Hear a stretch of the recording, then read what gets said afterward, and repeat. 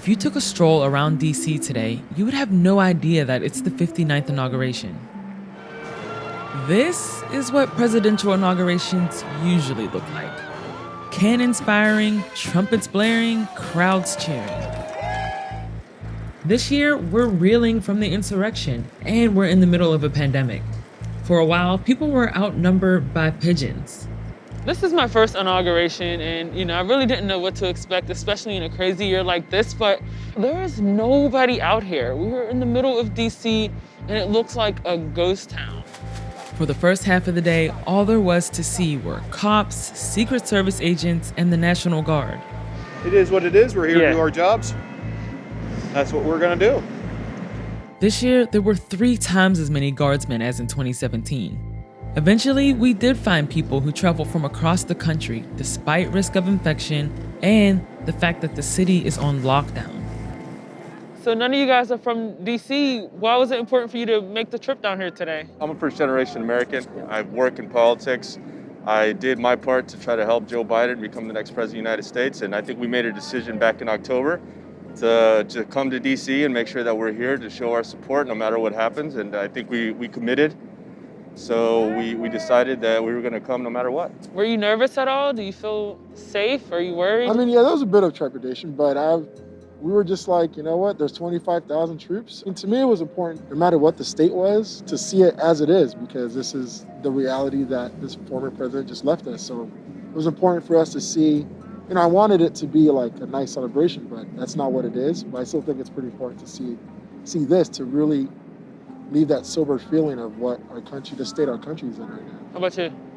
I mean, I would agree with Owen. I think, I felt safe in the environment of seeing, obviously, I think there's 25,000 soldiers in DC right now. So presence of the U.S. military and there not being a lot of people here definitely made me feel comfortable, and safe, I should say. But I think it's also unfortunate, the current circumstances of which, this celebration is happening.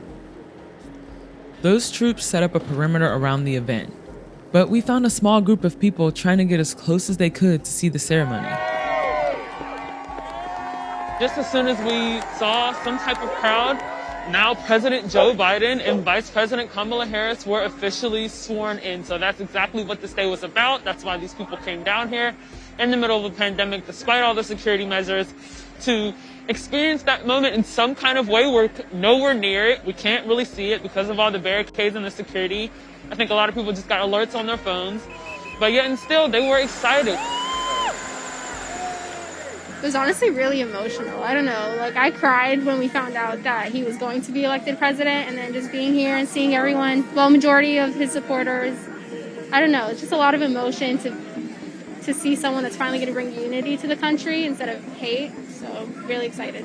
How does it feel that you were a part of this historic moment? So this was actually my first time voting in a presidential election because I'm 21 and I missed the last one by a year. So it was very emotional to be able to finally make my voice heard as a citizen. Why was it important to make that trip down here today? Honestly, we just need to see Trump out of here. We want love and unity, and it's just a great day to be here. It's literally today is making history. We wanted to be here to witness that.